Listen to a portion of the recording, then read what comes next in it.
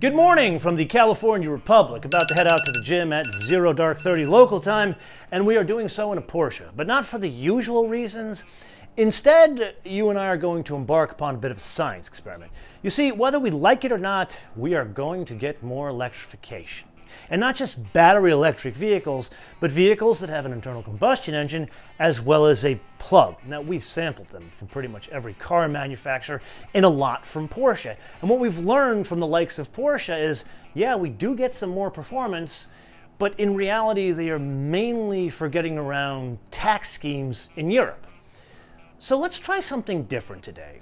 Let's understand what it's like to live with a Porsche that has a gas engine, also plugs into a wall, but is not a fully battery electric vehicle.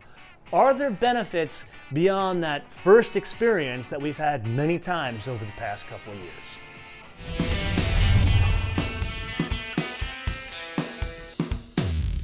Okay, as you and I set out on today's science experiment, let's understand the vehicle that we are using. This, of course, is a Panamera, but it is a 4 plug-in hybrid. More importantly, it's 5,002 pounds. That translates to, 2,269 kilograms. And then something that impacts this car that you wouldn't think does, this is the Platinum. So it's that dress-up package where it gives us the 21-inch wheels.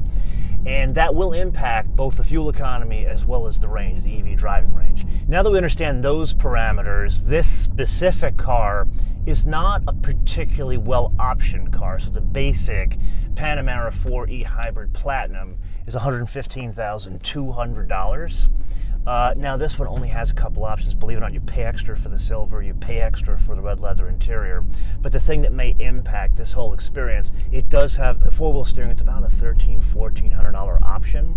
And that one may impact the drivability, not so much the fuel economy. You're using it on an EV basis. Battery electric, plug-in hybrid, CCS, not CCS, which means no fast charging. That means there has to be two other options. First of which would be letting the car charge while you sleep. Sounds like a great option with one catch. They only have a level 1 system here, meaning a 110 outlet. I use the Porsche supplied charger. You just take it on a good day, 17 hours to charge. On a bad day where the charger was only running at 50%, 23 hours to charge. So there has to be a better option. And that brings us to what I would deem the most prudent charging option for a mousetrap like this, level 2. Now this is a huge function of how much power you have coming off the grid going into the box in your house or at your office. In this case, this is an old General Aviation airport, so I'm not getting a hell of a lot of amps to the box here.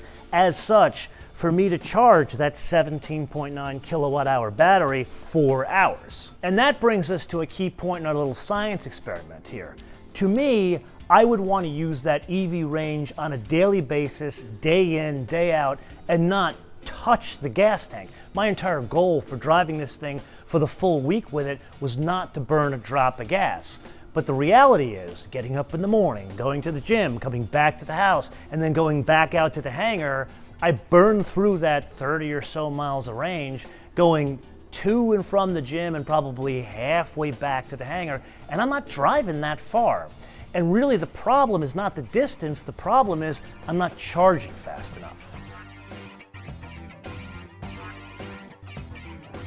So a couple of days into our little experiment, and I have some preliminary findings. Number one, the majority of the driving has been an EV, but a huge hint vice there. I have a unique situation in that my commute, depending on which way I go, is 5 to 7 miles, and at that it's in a lot of stop and go traffic, so I'm making the most of the regen braking.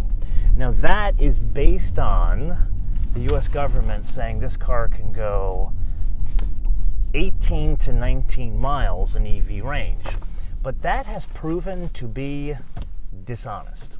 When I plug this thing and charge it up at night and get to the car in the morning, the meter is telling me 32 miles of range. So in reality, I'm getting way more than that. And if you look at the European cycle, they say something like 40 or 50. It's crazy how high they go there. But the reality is I'm actually getting most of that. Am I getting 32 miles of range? No. Now I do need to give you some other feedback here. It's been unusually cold here in California. Like, it is May, today, the 25th?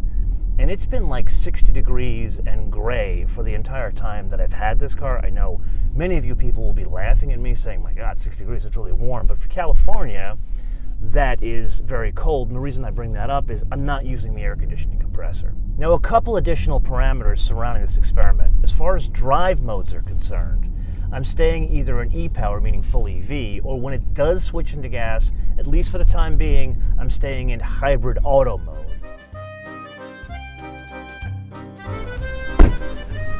Okay, so didn't use the EV mode because we had to get through traffic very quickly, and as such, the MPG 11.7 I think is the best I did. But as an aside, did make it to our event here. For those of you who don't know LA, Magic Castle. So apparently this place is a members only, and you can get in only as a guest of a member, or you can be invited. It took me 17 years, but I finally got invited to the Magic Castle. Now, a number of friends of mine told me about this place, but I could never get in. Finally got the invite, so the way it works is you have to use like a special word to get in, or actually the phrase, which is open sesame. The only downside is I can't take you in there.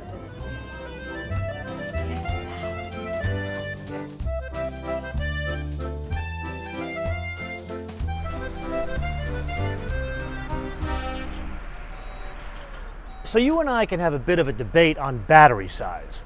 In the negative column, not that much range on the EV side. In the positive column, not a huge weight delta between this and an ICE only Panamera. Now, there's also a positive on packaging. You look at stuff like this and you say to yourself, well, a battery electric vehicle does have more packaging space because the batteries are in the bottom of the vehicle, and in some cases where there's a frunk, there's storage in the front as well. Here, they do something a bit different. Most plug-in hybrids, they put the batteries underneath the rear seat. Here, Porsche, focusing more on performance, they're changing the weight distribution, so they put the battery underneath the cargo area. So why is this important? This, a practical Porsche, which put another way, is a practical performance sedan that happens to have a fifth door, which allows for more storage. But here's a case where we've added more bits, and it's really not different than the gasoline-only version of the same car. Now, while we're here, I do need to point something out if we're talking about living with. So this is my Costco that's around the corner from the airport here, and there is a truck loading. That's what you're hearing, all that noise.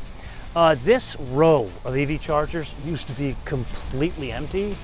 Now, as you can see, it is full pretty much all day, every day, even on Sunday. Step into the darkness, stare in the direction of where the sun sets. You guys probably don't know this, but I keep a running tally of the MPG of every single car featured on the show. Turns out you and I have driven 4 Panamera plug-in hybrids over the past 3 years. They varied from this 4 to a 4S to a Turbo S to like a Turbo SE hybrid. So in going back, we've been doing anywhere between 14 and 15 average MPG just in gas mode, and then I did a loop with that 4S plug-in hybrid executive. So that's the longer car. That one, a combined loop using the hybrid, 29 MPG. That is indeed a hell of a lot of learning over a 3-year period. You didn't think we'd cover that much in this science experiment. But it brings us to really a bigger question. And that would be, why would someone want to live with a plug-in hybrid that also happens to be a performance sedan in today's day and age when they could just as easily have a Taycan or a Lucid? To me, there are 3 moving parts. There's number 1, the efficiency, number 2, the performance enhancements, and number 3, there is that X factor, that dual personality of it being both an EV and an internal combustion engine. Now, the first 2 are pretty easy to answer because we've had a very unique vantage point together over about 3 years and 5 cars that are effectively the same, and we've been able to get good efficiency but good performance. So let's put that aside and get to that third factor, and that would be working in today's infrastructure, but more importantly, the medium to long term. And what we proved with this little exercise here, 30 miles of range, that is not enough to use it as a daily EV even in the best of circumstances where I have a level 2 charger. So the reality is this needs to have more range from that battery, especially now that some of the tax schemes, the advantages that these used to have, are going away. For example, you can no longer drive this free in the congestion charging zone of London because they took away the exemption of a plug, and even before they did that, they lowered it with the CO2 emissions. And you know that change is going to cascade to other taxing schemes, not just congestion charging taxing schemes. So really what I'm asking for here is more range.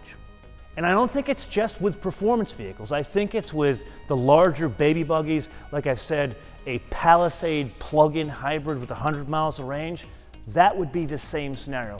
This probably is the forefront, and I'll tell you why. It's a $128,000 car.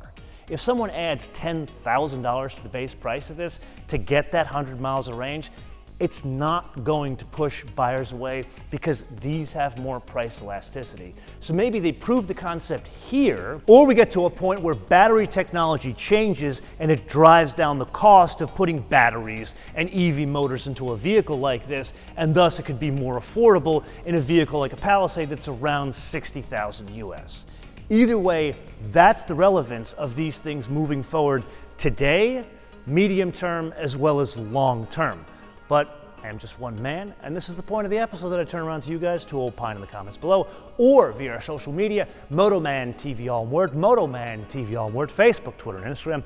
And with that, if you got value out of this episode, I would greatly appreciate you doing two things. Number one, share these episodes with all your friends on your socials. And number two, all the YouTube things. Click subscribe, notifications, and the like button. You would be shocked how much that helps us out. Until we see you in the next episode, bis später.